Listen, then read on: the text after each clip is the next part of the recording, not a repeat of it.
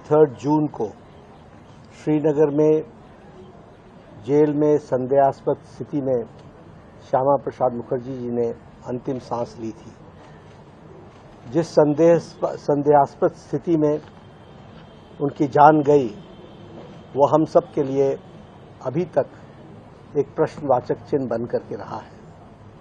उनका जीवन एक देशभक्त के रूप में, एक शिक्षाविद के रूप में और एक सामाजिक न्याय दिलाने वाले नेता के रूप में हम सब जानते हैं।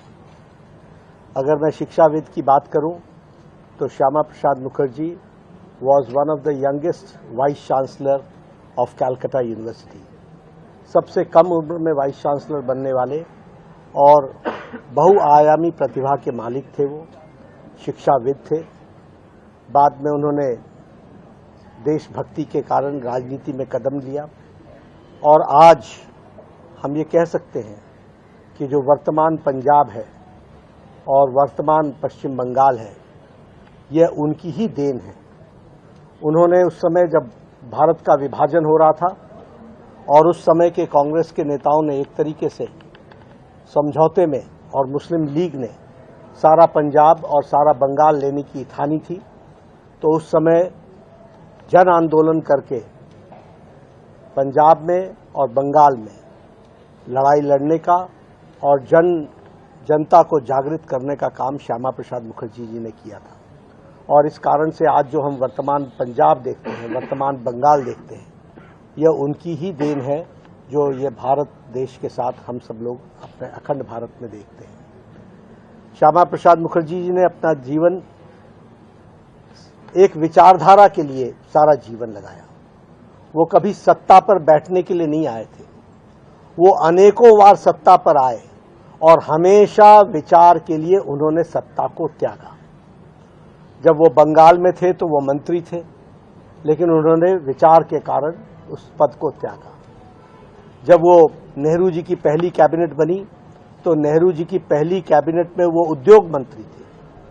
उन्होंने उस समय जवाहरलाल नेहरू जी के स्यूडो सेकुलरिज्म, छद्म धर्मनिरपेक्षता, इसके खिलाफ उस समय आवाज उठाई थी और उन्होंने कहा था कि जिस तरीके से आप मुस्लिम लीग और सांप्रदायिक ताकतों के सामने घुटना टेक रहे हैं, इससे वह अपनी मत भिन्नता रखते हैं।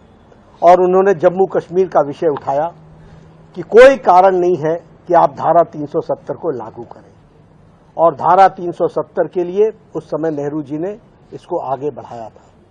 उन्होंने त्यागपत्र दिया और एक नारा लगाया, एक देश में दो निशान, दो विधान, दो प्रधान नहीं चलेंगे। और इसी नारे को लेकर के उन्होंने सत्याग्रह किया। और हमें सबको मालूम है कि उस समय जम्मू कश्मीर में जाने के लिए धारा 370 के तहत पासपोर्ट सिस्टम होता था, पास बनता था। उन्होंने पास नहीं लिया। उनको जम्मू कश्मीर के बॉर्डर पर रोक लिया गया और जब उन्हें रोक करके गिरफ्तार किया गया, उसके बाद लगभग 1 महीने बाद वो संदेहास्पद स्थिति में जम्मू कश्मीर की जेल में उन्होंने अंतिम सांसें ली। श्यामा प्रसाद मुखर्जी जी की माता जी ने जवाहरलाल नेहरू से कहा कि इसके जांच कराओ, और उनके शब्द हैं कि मुझे तुम्हारी दलील, तुम्हारी यानी जवाहरलाल नेहरू की दलील नहीं चाहिए, मुझे अपने बेटे की मौत की जांच चाहिए। लेकिन जवाहरलाल नेहरू उस समय के प्रधानमंत्री ने जांच करने से इनकार कर दिया। और जिस बात की लड़ाई के लिए श्यामा प्रसाद मुखर्जी ने बलिदान दिया, उस लड़ाई को लड़ते हुए भारतीय जनसंघ और बाद में भारतीय जनता पार्टी अविरल लड़ाई लड़ती रही।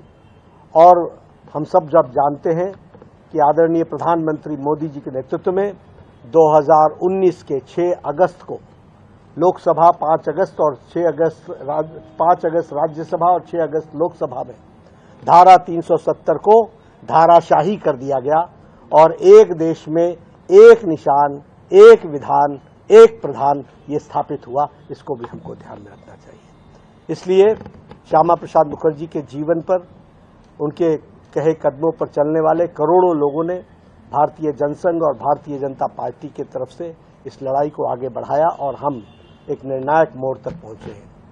हमें आज जब बलिदान दिवस में हम उनको याद करते हैं, उन परिस्थितियों में जब एक वरिष्ठ नेता की संदेहास्पद मौत होती है और उसकी जांच तक नहीं होती है, कैसा प्रजातंत्र उस समय रहा होगा, कैसे उस समय के कांग्रेस के प्रधानमंत्री उस समय अपना वर्ताव किया करते थे।